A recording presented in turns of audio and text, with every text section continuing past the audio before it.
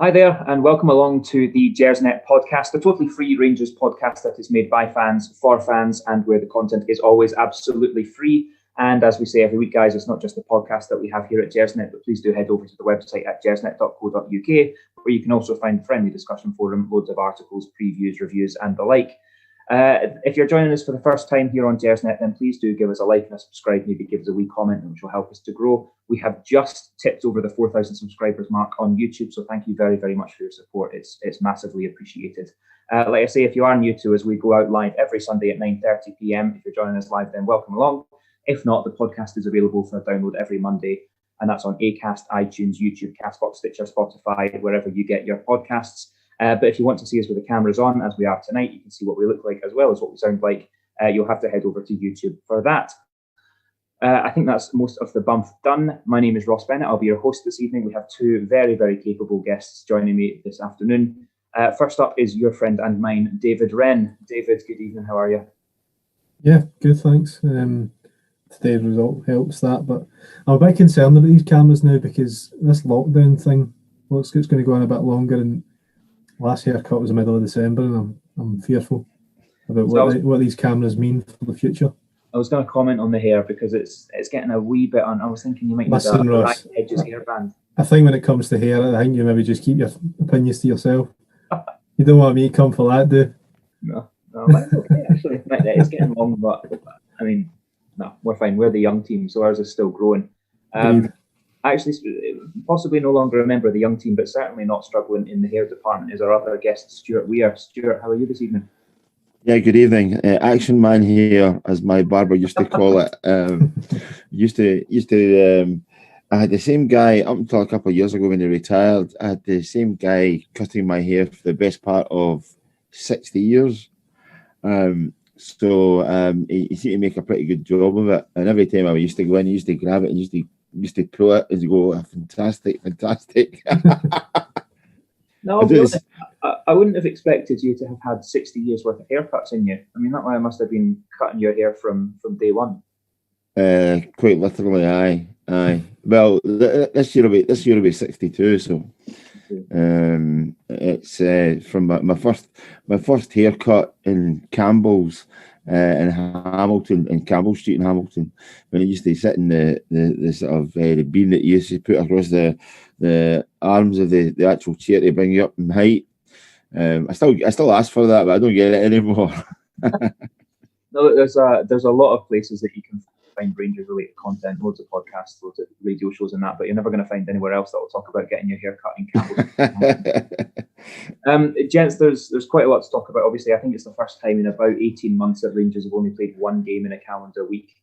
So we're going to have a good long session talking about the Aberdeen game this afternoon. And then have a little look at the COVID situation.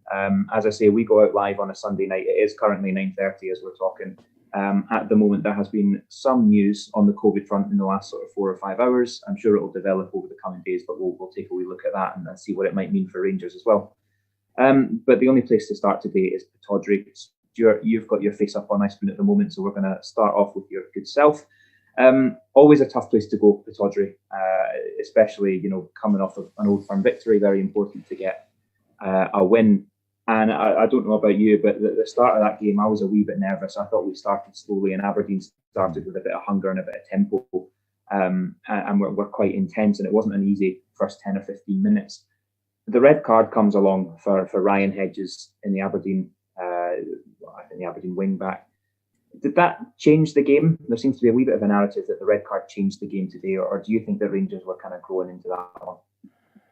I think the red card came at a time when Rangers were actually starting to up the tempo and up the pace and actually starting to bully Aberdeen. I thought early on, like yourself, I thought that Rangers started really, really slowly.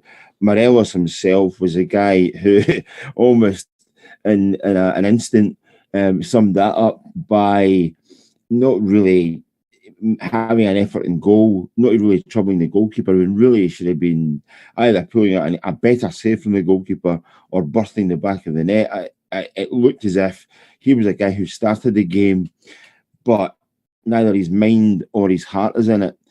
However, the piece of play that he was involved in to actually earn the penalty was pretty good. I have no doubt it was a penalty. If you look at it in normal time, for the first time, you think it's a penalty. When you start breaking it down, you could see why some people would go, "Oh, that's a bit soft," and all the rest of it. But it's not. If you look at it at normal speed, and then see what Hedges has actually done, Hedges has actually cut across the back of him to actually get closer, or try and put himself in a position where he gets closer to make the challenge, and therefore clips Morelos. He also sticks his hand out ever so slightly. I don't think he pulled him. When you see it, Morelos goes down, you go penalty. It's only when you look at it again, you think, well, did he clip himself? But no, because Hedges has come across the back of him, that, and to my mind, is always fraught with danger. You see it all over the pitch. It can happen at any time. When he's come across the back of him, he's clipped one leg onto the other, and down he goes. Stonewall penalty.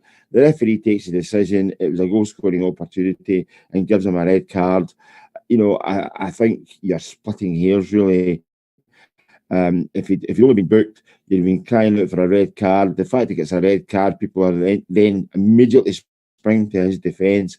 But I thought it was clumsy, ill-conceived, ill-judged, and a definite penalty. Tavernier missing it, I put that down to being an occupational hazard as a penalty taker. If you've seen every good penalty taker has a miss in him, simply because it happens occasionally. Either a goalkeeper will guess, go the right way, or you miss the target. Today, Tavernier's luck was out, but what it did do, I think, was that it came at a time when Rangers, as I say, were getting into the game. The red card assisted Rangers, but I think actually that missing the penalty spurred Rangers on to make sure that, listen, we still need to be switched on here to win this game, even though Aberdeen are down to 10 men. We need to function, and it all came good in the end. What do you think, Stewart, about the way that Tavernier reacted? Because it is the first penalty that he's missed this season, and it would have been very easy for his head to go down, but that didn't seem to happen, did it?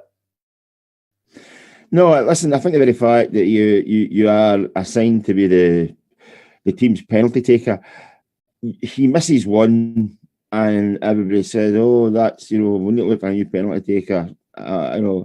It doesn't happen in rugby when you get the place kickers who miss conversions and miss penalty goals and the likes. It doesn't work that way. I think the fact that he grabs the ball, and says, "I'm the penalty taker, I'll take this one," shows that the guy has the bottle for it and the stomach for it. When a lot of people would hide, he does it. He's missed one, and it wasn't as if the goalkeeper had saved it. His accuracy wasn't what it should have been. But the next penalty that Rangers get, and Rangers will get penalties, and I imagine Tavernier already has his name on it, and will take the next one as well. I've seen Ali McCoy miss penalties. I've seen Davy Cooper miss penalties. It does happen on occasions, and I think you just put it down. It comes to the territory. Yeah, no, absolutely, and he bounced back from it really nicely. He was instrumental certainly in the opening goal. David, it was I think, considering as Stewart says, the miss from Morelos in the first couple of minutes of the game, and the form that Morelos has shown over the course of the season hasn't been his strongest. It was quite a good relief to see him take what was a pretty spectacular finish and turn from Morelos. Where does that go? I mean, I'll let you talk us through that goal, but where does that rank in terms of his best over the last couple of years for us? I think I'm right in saying that's 50 Scottish Premier League goals for Morelos now, so that must be up there as one of the best ones, surely. Yeah, it shades of Michael Moles about it. I thought just the way he took the ball in and quickened the turn and the finish was excellent. I think actually, Stewart says there, that first chance, showed a real lack of composure in front of goal, whereas, sometimes with Morelos, the less time he has to think about things, the better the goals are and the better he deals with situations. And I thought that first one, yeah, excellent. But what I would say is you could make an argument for it not actually being his best goal at Pittodrie, because he scored one 2 years ago, which was, I think, actually one goal of the season that year. So, yeah, listen, great to see him get on the score sheet, especially as Stewart says after a miss like that. But he's still, I think he's still been, his performance levels have still been at a high rate, especially since he came back from the suspension. I think he obviously got the goal at St Mirren, and against Celtic, he wasn't at his best. Obviously, didn't have a shot on target, but I thought he put himself about. And the thing with Morelos, the thing you're always going to get from him is defenders, when they get the team sheet, won't be happy to see him on it, because no matter what, how Rangers are playing, you're going to get battled around from him. And I think that's something that he gives us that Kemar Roofe doesn't. I love Kemar Roofe, I really do. I think he's been one of the best signings we've made under Gerrard. But Roofe's a bit more dropping in, linking the play, and he's more of a part of that front three when it's the the three strongest players, whatever ones that you think, and certainly the way we play. Cedric Itten, I think, still coming on to a game a wee bit, but he doesn't quite give you the physicality. He gives you the target man, but he doesn't give you the same physicality, and I think that's something that Morelos still offers us a great deal of, and I think he showed that today. And he seems to have a knack of scoring against Aberdeen. He likes doing it, and yeah, especially at Pittodrie, seems to get plenty of goals there. So yeah, no, it was a great goal. It was a perfect goal for him, just to get him off the mark a wee bit and get his confidence back, I think. Gerrard made a comment after the game, David, that Morelos had done well and that he was playing a bit closer to goal. And a lot of the frustration that we've had with Morelos, probably this season mainly, is how deep he seems to come just because he wants to get involved in the game. What do you make of that comment? Do you think that was something that was deliberately coached into Morelos, or just a natural instinct? I think he's been dropping deep this season because maybe the system hasn't been tweaked, but I think we've become better at playing that system under Gerrard, and I think he found himself a bit isolated in terms of, when the team was, look at where the goals were coming from early in the season. It was Tavernier, it was Kent, it was even Barisic, Goldson. So I think he was coming deep because it was the only way he was getting involved in the game. Whereas I see him more as I said, someone that will bash defenders around and also do a lot in the 18-yard box. And both his goals today showed how deadly he is, how deadly he can be for us. So yeah, I wouldn't be surprised if in the build up to the game, Gerrard would have known that Aberdeen were playing three big centre halves. So we needed Morelos in that penalty box waiting for a chance like that, because although they're big and they win a lot of headers, they're not the most mobile defenders in terms of Ash Taylor and Andy Considine.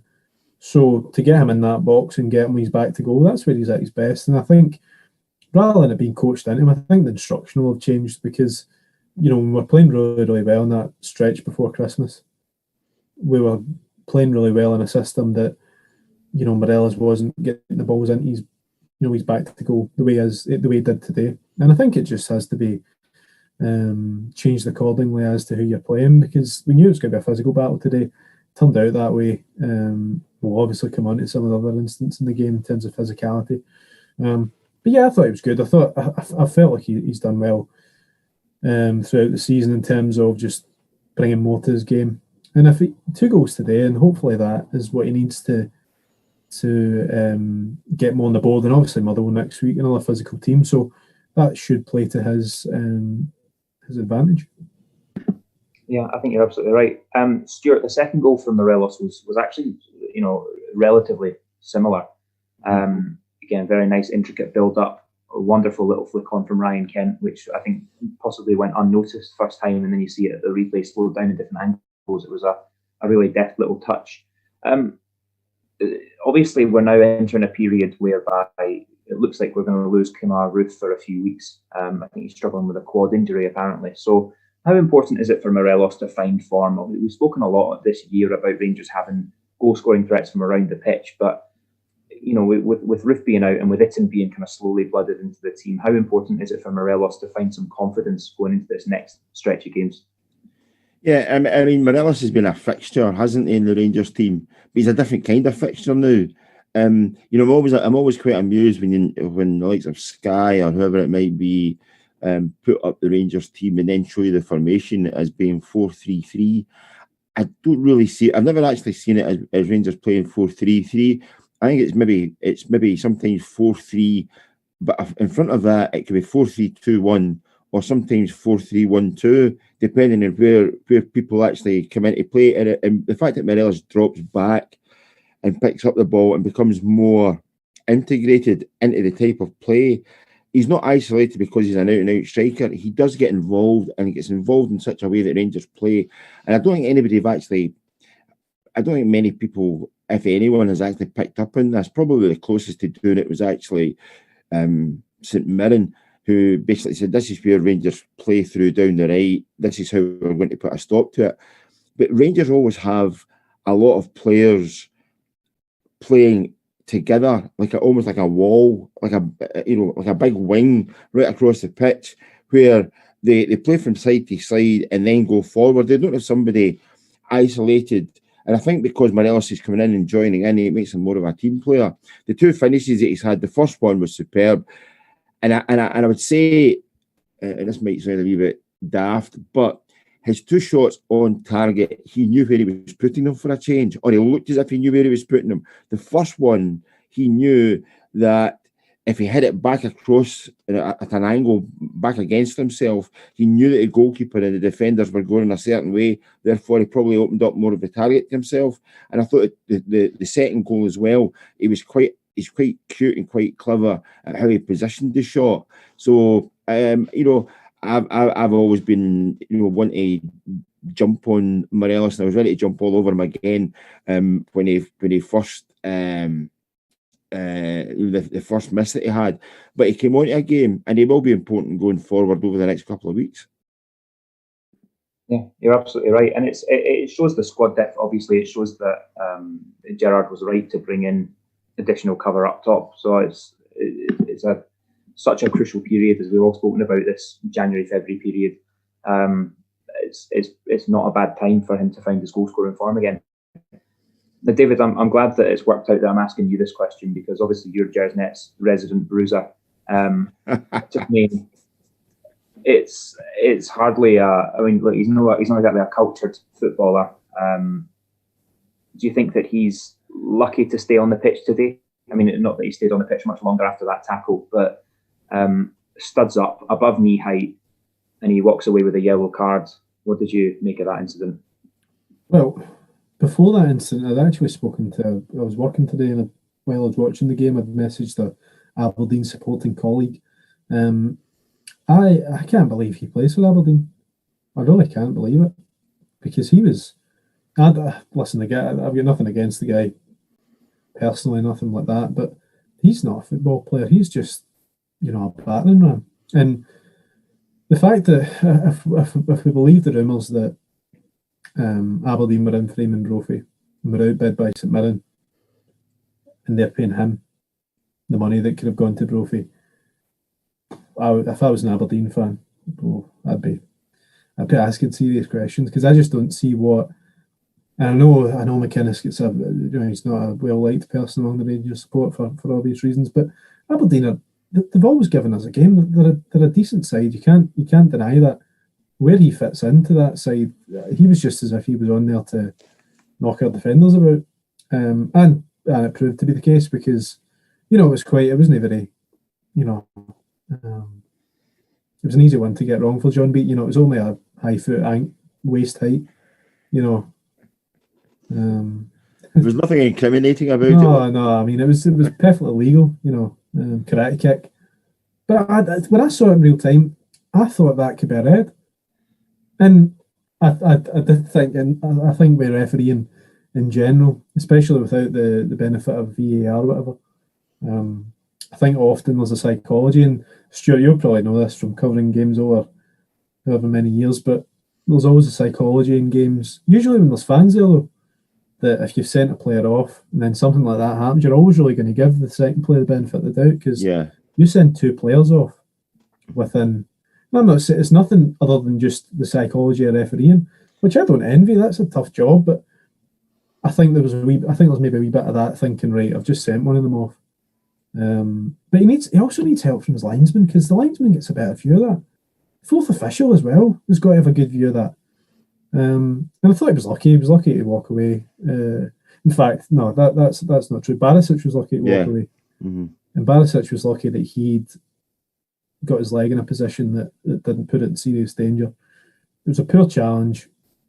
But I don't actually think there was a great deal of malice in it, really. I think it was just clumsy, like just trying to desperately get the ball or do something to get his team back up for that after getting a man sent off, and he oversteps the mark. I think I don't think Curtis Main is a player that should be playing for a team like Aberdeen, who are, you know, out with Hill from probably the best team in the country. And I think he proved that today.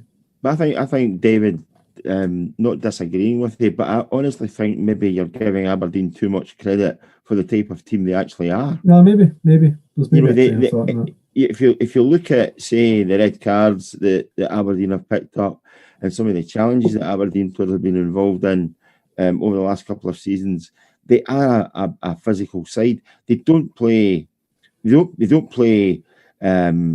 dainty little strikers, one-touch strikers. They play with guys that are going to go in and batter you if you're a centre-back. And they've got a couple of centre-backs that do the battering as well. I always think the Aberdeen centre-backs, it's a bit like the old guys that used to get dressed up in the outfits and It's a Knockout. And, you know, the big giants, and they used to run really fast in one direction. But if you asked them to turn a corner, it would be a bit more difficult. And I think they're the same, and we're exposed for that today. But you know, I've started to believe more and more that Aberdeen are a team that play in a certain manner, and I don't think it's down to playing fantastic football. No, I wouldn't say that either. But I think when you look at Cosgrove, who, you know, has scored goals in the top flight, who is that striker that you've described there? You know, he's a big guy that gets. He's got some record actually. He's got a goal every 2 games. He's a useful article. So that's more what I'm meaning in terms of he has proved himself as both, you know, that sort of physical centre forward that can also score goals. Main couldn't score goals for Motherwell. Didn't really do much. I was surprised to sign them. That's more what I mean. I think an actual quality of player, you know, in terms of the style of the team, because it was touch and go. It was touch and go whether he signed for Aberdeen or Hearts, and I thought he was going to Hearts. I mean, he just lived up. You know, he lived about 400 yards away from me. Maybe a wee bit further, depending on how I feel. But anyway, and it looked as if he was going to Hearts. So when he went to Aberdeen, again with the sort of criteria that you've set out, I was a bit surprised at that as well, because I saw him actually maybe more of a sort of a Hearts type, going back to the days of Sandy Clark. But it was a bit of a surprise. But he you know what you're going to get. You know, the phrase "human battering ram" could have been invented for him. He stuck in. He's going to give you a torrid time of it. And today he was lucky. He was really lucky as far as I'm concerned. Just what you're saying there about the psychology, if you send a player off, you don't send another one. The only time I can honestly say that I've seen that happen was when Rangers played Hearts about 96, 97. Hearts had 4 players sent off, and you had Richard Goff screaming to play the ball into the furthest most corners and don't come near any Hearts players, because if another Hearts player had been sent off the game, it would have been, you know, null and void. And Rangers did their best over about 20 minutes, or whatever it was, 50 minutes near the end, just to keep the ball away from Hearts players, and keep themselves away from. We're struggling to keep the signal up, Stuart. So I think you're right there. Am I back? Or you're back? You're moving again. You must be alive. What we'll do is I'll kick it over to David. The goal that we conceded today, one of the sort of 5 or 6 that we've conceded all season, of course, it came as a wee bit of a surprise. Obviously, we've gone 2-0 up, and for Matty Kennedy to find himself with quite so much space was a real shock, and was something that we've not really seen this season. What do you think went wrong there? What caught us out? Well, I must admit, I thought it was Tavernier at first, and then as Frankie Frankie pointed out that Aribo's sleeping as well. I don't know. I felt like I found Gerrard's comments interesting because he spoke about the players taking for granted, the lead and the way we were playing in the game. And I completely agreed with that, because I felt like we were just sleepwalking into that. I felt like the game was passing us by in a way, even though we were keeping the ball and we were comfortable, but it just felt like it felt like we thought we'd won the game. And even when you score at 51 minutes, you can't be taking a game for granted like that. And that was really, really frustrating, that for 60 minutes or whatever, 50 minutes, we were really, really good. I thought we had complete control of the game. And then half time comes, you score another goal, and you think, right, let's go and get another couple here, because this could be a statement victory, at Pittodrie. And then it just felt like, it's not the first time. I mentioned this the last time I was on, but I've been living my life in a stream this season. So on Now TV, I had it today. So I'd actually seen a tweet in the Rangers account that Matty Kennedy had scored before I was about 30, 45 seconds behind. So I was, it gave me more of an idea of, but even knowing he scored, I still couldn't believe that was the goal when he's running through like that with no one within 20 yards of him. So it was frustrating. I think the most frustrating thing about their goal was it then led to just an anxiety-induced last half hour where you were thinking, Jesus. And then they brought on the boy Edmondson at the end. I don't know much about him, but I just thought they're going to batter it up. And then it never really came in the end, the sort of the real throwing everything at it. So I was pleased about that. But I actually think our defence, and I thought this against Celtic and the game before that against St Mirren, in terms of defending set pieces and cross balls, we have improved massively in terms of that. I thought the St Mirren game especially, every time a ball came in the box, it was one of our players that was getting ahead to it. And obviously a clean sheet against Celtic, we had to defend in our own box a lot in that game as well. So I think the good thing about us at the moment is, they said it on the radio before the game today as well. You're looking at it, that's 6 goals we've conceded in the league. So we've got a great defence. But once you get past that defence, you've still got the best goalkeeper in Scotland to beat. So, and of course McGregor made a great save from Hayes as well today. So, it was frustrating. But beyond that, I think the anxiety is all left over probably from last season, because we're all like, oh, here we go again. Whereas this season, we're just a different team. I've spoken to Colin about this a few times over the past few weeks. We're a different team to what we were last season and the season before that. I think we're a good team. We're a team that can see out victories. We've done it numerous times this season. Kelly away, which was a banana skin for us in the past. Saw that out well. 1-0 victory. Hibs at home, which again, if you look back at the last couple of seasons, I believe Boxing Day 2018, we dropped points there, 1 each at Ibrox.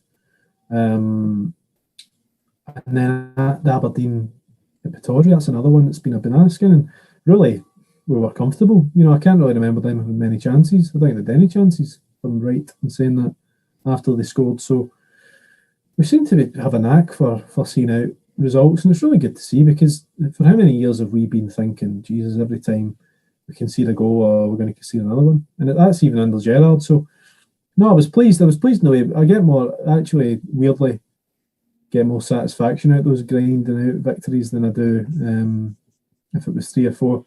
3 or 4 I lose interest a wee bit towards the end, because I'm like thinking about the next game, but it keeps the heartbeat going. I'm not sure I'd use the words grinding out though, because the first 50, 55, 60 minutes were so dominant. And that's the thing, after the game today in the sort of post-match analysis, they were talking about how Rangers can grind out victories. It never really felt like a grinding. The Old Firm last week, that was grinding out a victory for me. That was being up against it. Today was just it was a slightly odd, difficult to categorise kind of game. Yeah. We almost became the architects of our own downfall, but I think that would back up my point, in the sense that what would be classed as grinding out a 2-1 victory for us last season would have been 2-1 at home to Motherwell. The season before that. At the moment, grinding out is you're right in terms of the use of the phrase there, but I think whatever way you look at that, we might not have been backs against the wall, but we ground it out in a different way. We ground it out by controlling the game from the 60th minute onwards, and making sure that we weren't going to concede a goal, we weren't going to give them any more chances, because that, as if, we knew that was a really stupid goal to give away. So yeah, I agree in terms of the grinding out. It's maybe the wrong phrase, but certainly we're able to see games out or control games in a way that we weren't able to last year or the year before. Yeah, makes sense. Stewart, Gerrard said in his post-match comments with Sky there that he thought that there was a lack of leadership displayed on the park. And I was surprised to see actually quite how critical he was, considering I think that what with us being behind closed doors and you can really hear the players like Tav, like Goldson and the way that they do lead on the pitch. Were you surprised at how critical he was of this group of players?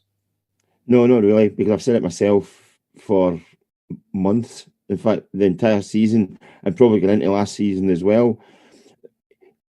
Being a captain or being a guy who cajoles and bullies players on the pitch is one thing. There's also a level, and I think this is where Rangers let themselves down sometimes. At 2-0, Rangers are on easy street. The anxiety comes in as soon as they concede a goal that they shouldn't have conceded. And again, McGregor's save from Hayes is at a crucial point in time. However, you can absolutely squeeze the life out of a game by controlling the ball, controlling the midfield, and you're looking for somebody to step up and take possession at that point in time. You don't need somebody shouting at other people and telling them what to do. You're looking for a presence, and I have said time and time again, I think Rangers really miss a player in midfield who can just take and make passes, almost like a quarterback, bringing people into play, deciding the tempo that Rangers are going to play up and what areas are going to play. I think there's too many at times where you're looking for that bit of composure. They end up running around as if their hair's on fire. And I don't think you need to put that same level of effort in. There was a period of time after a slow, sluggish start, there was a 40-minute window that Rangers were really, really dominant. And you're looking for that. For me, that you want to continue that dominance. And I think that's where maybe Gerrard's frustration has come through. But he saw how Rangers controlled the game.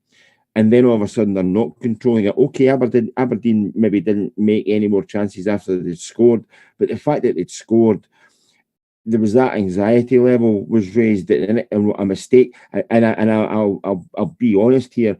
You're also dealing with a referee who is completely whimsical in some of his decision making, as most referees are in Scotland currently. All you need is him to make one bad call. You too could have a guy sent off, or a dodgy penalty, or a dodgy free kick in a dangerous area, and Aberdeen are bang smacking the game. So no, I'm not surprised at what Steven Gerrard said.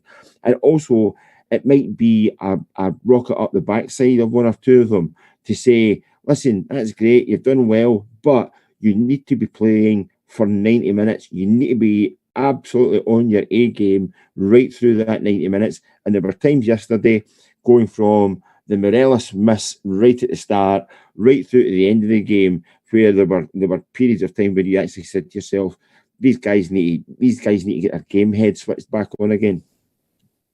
Yeah, I think you're right. There were definitely times when concentration, if nothing else, concentration seemed to dip. What I would say is I would not like to be Joe Aribo or James Tavernier fessing that up to Alan McGregor after the game, explaining why he's not getting a clean sheet bonus, because that would have been brutal, I think. I actually think, Ross, that just alluding to what Stewart said there, I think we could do with another centre midfielder. Mm-hmm. I'm a bit concerned by, I think we've got, which sounds ridiculous, because I remember when Zungu signed on deadline day, we were all thinking another centre mid.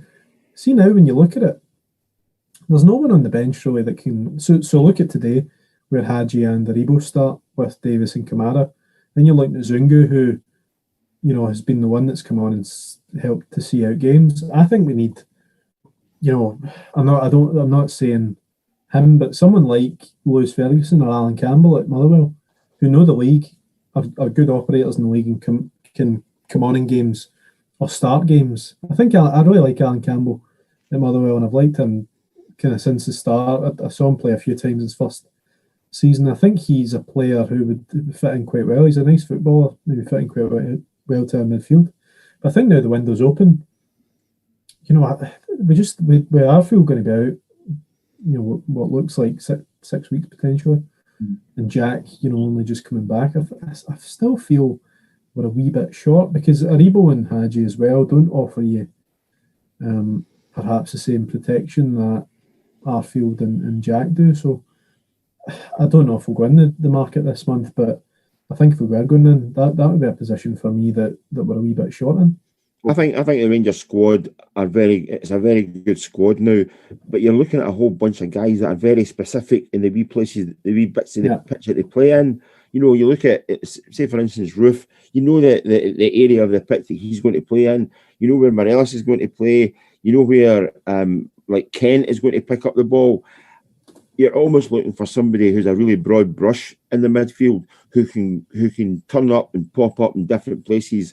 I mean, Steven Gerrard would dearly love somebody in his image. It's not going to happen. But that is really the type of player that Rangers need. Somebody who is not frightened to take the ball, who can dictate and also can cover every blade of grass in that area. And I don't think they've got that guy in the squad. But was that not supposed to be Zungu? Surely that's why we brought that guy in. I don't think Zungu, from what I've seen, when he started against St Mirren, it was a bit of a disaster. Mm-hmm. Not for him. He wasn't a disaster. The performance was, and I think that was largely down to the lack of balance in the midfield. As I said, I think it was you and I that were on, Ross. Severe lack of balance in midfield that night. And I think I can't really work him out. I don't think he is that kind of player. I think he's a sitting midfielder, and I'm not sure. I would like to see him play in Europe, potentially.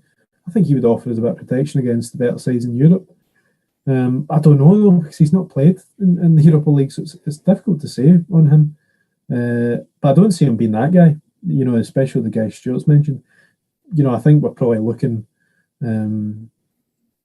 You would have to look out with the club and try and bring someone in of that ilk, because I think when you lose Arfield, especially, he's about the only one in that three that offers you pretty much everything that you would want, in a centre midfield three. So, I still think we're a wee bit short, and I think it wouldn't be a bad thing to look at bringing someone in this month.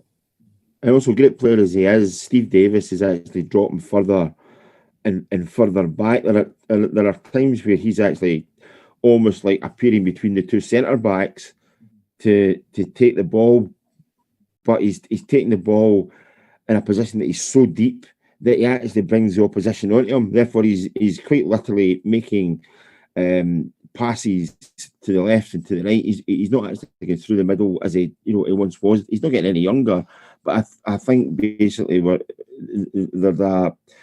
seeing a different Steve Davis these days. Still very, very capable, but ultimately a guy who's dropping further and further back, and again is playing in a very limited way in a very limited area of the pitch. Yeah, I think you're right. Probably pining for the days of Paul Gascoigne, but but that's the thing. I mean, and listen, I mean, I think the best midfield player I saw in the last 20 or 30 years was a guy who ripped Rangers asunder in two matches. Was Gates Mendieta playing for Valencia.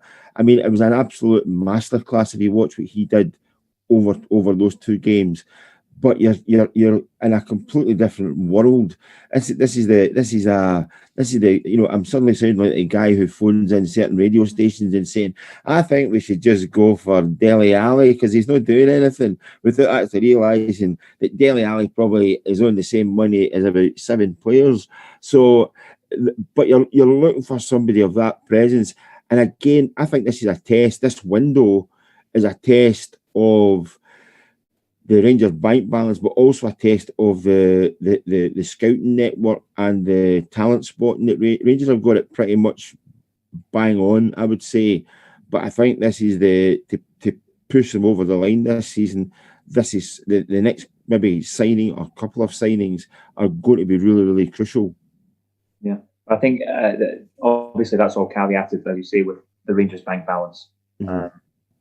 We'll have to see. I think Gerrard has been quite clear that there won't be anyone coming in unless it's someone really exceptional who's actually going to add to the squad, because we've at times been guilty of bringing folk in who don't necessarily improve on what we've got. But I agree. I think that position is, particularly missing Jack, missing Scott Arfield, does pose a wee bit of concern. Just as a last word, Stuart, on the game today. Obviously, every league game, it's just 3 points, and that's all it is at the end of the day. But how important do you think it is to follow up an Old Firm victory, particularly when we go somewhere as difficult as Pittodrie? How important and how impressive is it to follow that up with another victory and consolidate that lead? It's a statement, isn't it? It's a statement of the intentions of Rangers, but it's also a statement, I would say, of the intentions of the squad. It's dead easy to get yourself up for an Old Firm game. It's dead easy to get yourself up to play Celtic. It's what you do after that. It's great having a hurrah and a big party for beating Celtic. You've then got to dust yourself down and go on to the next one. But listen, I've seen better Rangers teams than this one actually getting big results and then falling on their face. I remember, going back many years ago now, I remember Rangers beating Leeds United at Ellen Road, and Harry Harris of the Mirror, who knew Richard Gough pretty well, saying to him, what a fantastic victory that was. That's Kings of Britain. It's great we have achieved. And Goughy stopped him in his tracks and said, wait a minute, we're playing Celtic on Saturday. If we don't beat Celtic on Saturday, they'll be champions of Britain. And it was almost that mindset that we've done it once, we now need to go and do it again. And I think there's a real steeliness to this Rangers team, that they actually do go out and they do seek to win matches. They sometimes look like, you've used the term before, they look like banana skins. And maybe we're judging Rangers currently on what has gone on in the past, when they have dropped points, unnecessary points, all the way along the line. And I think they're actually producing performances now worthy of a team that are probably, title favourites. Oh yeah, I think definitely title favourites. I mean, heavily odds on now, but it's kind of impossible, as we'll come on to talk about in just a moment. It's impossible to predict how this season's going to end.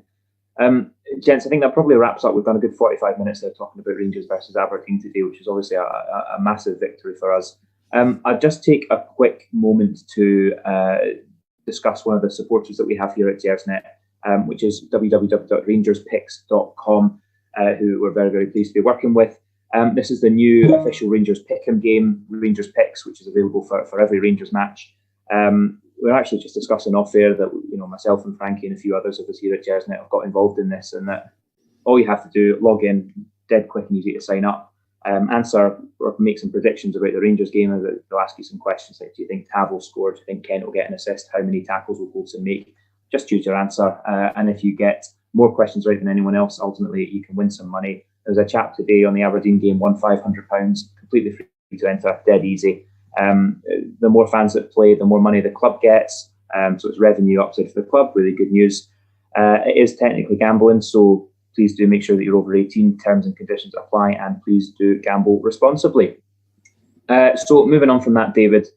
Obviously, we are a Rangers podcast. We are here to talk about Rangers, but we will talk about important news that could affect Rangers from Scottish football and politics and things that happen in that sphere. We don't like discussing Celtic on this show because it's not a Celtic show, but we have got one confirmed positive case of COVID following Celtic's return from Dubai this week. First things first, what's your kind of initial reaction to the news that they've got a positive test? Yeah, it's not good news for anyone, but it's been a strange week. It really has, because I think the pictures from Dubai came out just before we went on air last Sunday, and I think everyone was trying to work out if they were actually new or not. Turned out they were accurate. The First Minister's even seen them, I believe. But it doesn't reflect well, and I think it concerns me is I'm not really concerned about them, but concerned about the picture it paints of Scottish football and football in general. And I think we're in a bit of a sugary peg. Not in terms of the way clubs have, dealt with this pandemic. I think, especially in the past few months, the vast majority of clubs have followed the rules well and stringently. And I think it's been I think most of the clubs should be pretty proud of how they've coped with this. And obviously some have had setbacks. This virus isn't limited to you're in a bubble at a football club, you won't get it. I mean, you can get it anyway. And I think when St Mirren and Kilmarnock were penalised the way they were, it just didn't seem right, especially after given what happened earlier in the season, and quite rightly was overturned. This, I'm really, I hope whoever it is that's contracted the virus, gets well and isn't, feeling the full effects of it. I hope it's a speedy recovery. But that full trip, for some, Celtic's PR, in contrast to ours over the past 5 or 6 years, has been unbelievable. In terms of the way they're able to control the narrative compared to the way we've been able to control the narrative. But I think over the last week, you've seen that roles reverse a wee bit there. So this full trip to me was, whoever's advised them to continue with that and just go, crazy stuff, really, really mad. And I think no matter what people are saying about the rules that were potentially being broken or could be broken by that trip, that just shouldn't have got to that stage. And no matter what happened over there, John Kennedy was at a press conference yesterday or the day before, saying that minor slip-ups or something like that. I think that's by the by in terms of the protocols that they were breaking. I think just the lack of self-awareness over that trip, considering we'd all just gone back into lockdown in Scotland, and some people, there's people in this, I still work in the media and the news side of the media, and there's people in cities and towns all over Scotland that can't afford to put their heating on, can't afford to buy food for their kids, can't afford the basics in life due to this pandemic, losing their jobs, whatever it may be. And I just think to go on a trip to Dubai and be in the company of some of these influencers and Love Island contestants, whoever advised them on that and advised them to go, worrying. The fact that this has now happened and, there's been a positive case is not good for the club, for any of their family, whoever it is. And obviously, while we're on air, the travel restrictions in terms of Dubai have now been changed by the Scottish Government. Anyone who comes back has to isolate for 10 days. And anyone who came back after January the 3rd has to isolate for 10 days. But I believe, and I've been kind of trolling Twitter, not while you were talking, Stuart, I was listening to every word you said, but I've been sort of trolling through Twitter trying to get a bit of clarity on it. I can't see anything that actually confirms that elite teams are exempt, but led to believe that is the case. It's been a really shady few days for them. But what I would say in terms of our PR, we've been very quiet, dignified, and then our manager and players turn up with masks on for their interviews, which I thought was just absolute genius, really. And whoever advised them on that and told them to do that, that's the way to set an example. And I thought that did raise a smile. I thought it was very, very good PR actually, because it's been something we've been guilty of in the past few years, is poor PR and poor handling of situations. So yeah, listen, it doesn't affect us greatly. The time it will affect us is when the questions start coming up about curtailing seasons and halting seasons. Hopefully it doesn't come to that, because I think football, as I said at the start of my long spiel, football has... I've had time to do my Tesco order online. So it's just... But I've been listening to every word. But football's acted brilliantly, I think, in terms of the overall Scottish football and the way that they've tried to follow the protocols, because it can't have been easy. And I've not had a COVID test, but anyone that I've had that I've heard that have had it, I think it's a very enjoyable experience. So I think For me, I know we'll come on to this, but for me, any talk of Stuart's already said it in another point, but null and void would be madness. I think anyone that's bringing that up or trying to suggest that needs to have a long, hard look at themselves. The thing is, it is. By the way, I've had COVID tests, and it is grim. Despite what people on the internet are saying about me, I don't like being invaded in that way. So, it's try and avoid that. There are other ways. I'm perfectly happy with the other ways. Stuart, do you worry about this? I mean, no matter what David says, there are people already clamouring for null and void. And it's very messy, and it's all a bit up in the air as to what's going to happen. And we sort of said at the start of this season, if we get through a full season football, it'll be a miracle.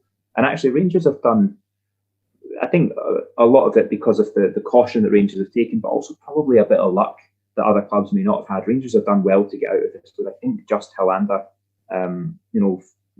testing positive and having to isolate for a wee period. But it is, it's looking more and more uncertain as that graph of COVID cases keeps going upwards. Do you worry about the threat of null and void derailing what is an incredibly successful time for us?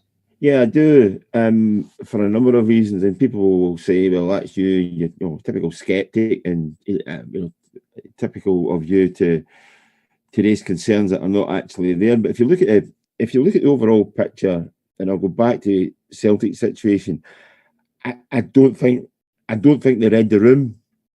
I think they have as I said in Talk Sport, it's a bit like Neville Chamberlain returning from Berlin with I have in my hand a piece of paper. Well, that bit of paper was okay 2 weeks ago, but since then the world has changed again. There are different rules and regulations in place, not only in Scotland but across the rest of the UK and abroad as well. Now, the whole thing about players and squads being in bubbles is an absolute fallacy, because the guys still, okay, they might be tested, but they still go home to scabby wains that are running about when picking up everything at school, from nits to botulism and Lassa fever. COVID is out there, and it can happen to anybody at any time if you let your guard drop. I don't think you help the situation if you travel 4,500 miles to Dubai. I think you just basically bring the spotlight directly onto you, and therefore onto football. You have a First Minister who sounds as if she's playing a guessing game in this one, and she is. I'm surprised that that this has happened. It's up to the SFA. The SFA shrugged her shoulders. Now, does she take exception to that and say, well, the next time anything like that happens, I will show football the red card? That's what I'm fearful of, that almost on a whim, a bit like an SPFL referee, she will suddenly come up with a decision, or have somebody tugging at her sleeve saying, this would be good if we did this, just to set an example. And if you cannot guess or second guess what's going to happen with COVID, you certainly cannot second guess what is going to happen with politicians and people in authority, because it is a big guessing game just now. And I would really hate Rangers to be put in a position whereby through, you could say through no fault of their own, but they've got two players serving 7-match suspensions for what they did. Therefore, it only goes to show that some villages out there are desperate for idiots. Rangers have been penalised in that manner, as opposed to having players going down with the disease. And I just think you almost have to keep your noses very, very clean, and wipe your backside at all times on this one. Don't entice anything onto you that people could make a meal of.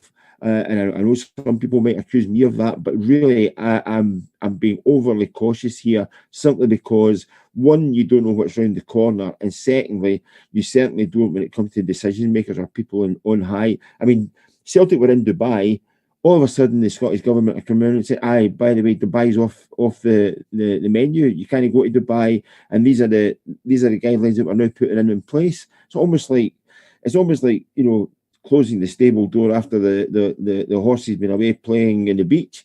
It's a situation that is constantly being monitored. And I think that you keep your own house in order. It strengthens your hand come the time where, as David rightly says, you may have a narrative to put out there, you may have a hand to play out there that is keeping the agenda going in a certain direction and not being sidetracked in any way, shape or form with this null and void. Yeah, I'll believe that when I see it. If you can extend a season like last season to where you've got actually a Scottish Cup final taking place just before Christmas, you can extend the season, as long as you want and so wish. And I'm really glad actually the SPFL and the SFA actually did that last season, because they've actually set the guidelines for going forward. Yeah, exactly. There's your precedent, right? Surely there's your precedent already been set that either you extend the season next year because you've done that with the Scottish Cup, or you curtail the season and you declare the team in first champions, because the wee teams all need the money and you can't get the money unless you vote to end the season and put a ribbon on it. So which they weren't paid. No. See just on that, Ross, as well. I think the was the points gap not 13 points when it was. Aye. Yeah. Well, there you go. We're 22 points ahead. With games in hand, and we had games in hand last season. Listen, I don't think it will come to that. I think I can't see them rushing to curtail the season. I think when you look at this time, sort of March last year, we didn't know what the virus was, didn't know how to combat it, didn't know how fast it spread, didn't really know anything about it. Now we have mass testing among elite football. We have vaccines on the way. So, as I said to you, I think you asked this a few weeks ago. I would be surprised if it came to, any sort of looking to curtail the season. But the thing that I'm actually intrigued about, it doesn't really, in terms of the context, doesn't massively matter to us. Well, it does in some ways, but obviously we've been drawn against Cove Rangers in the Scottish Cup. How does that work? They just come to our place, without any testing, or are they tested as part of the? These are the wee things that concern me slightly, because and it's no fault of their own, by the way. It's no fault of Cove Rangers, but if we're now mixing teams who haven't tested with teams that have, how does that work? I know I'm asking you as if you know, Ross, because I can tell by your face you don't. If I were Rangers, I would be using the same model as certain clubs in England did, that basically we'll pay for your testing before you arrive, because to be honest,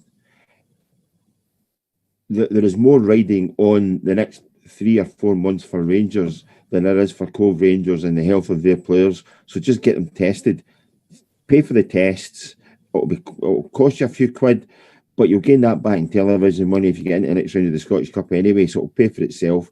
Just do it, keep yourself safe, keep the Cove Rangers players safe, and make it look as if you're actually doing something for the community as well. But ultimately, safeguard against you catching anything or picking anything up or losing players further down the line. The only problem I have with that is it looks like we're doing something nice for Paul Hartley. We'll survive. Gents, we've just tipped over the hour. The only other thing I have to say is just to mention our other sponsor that we have at the moment at Gersnet, which is Football Prizes. I won't go into too much detail, but if you just head over to the Gersnet Twitter page, which is obviously Frankie's Twitter page, he'll have tweeted the link. There's only 30 tickets left for the Stephen Gerrard framed print, backlit with LEDs. It does look genuinely fantastic. And if you go to Frankie's social media, there's the link to join up there, and you will get offered a free chance to win alongside any tickets that you buy. There's only 30 tickets left. I think it's $5.99 a ticket, and the prize does look excellent. The other, that's kind of us ticked over to the end of the show. So obviously I'll say a massive thank you to both David and to Stewart for joining us.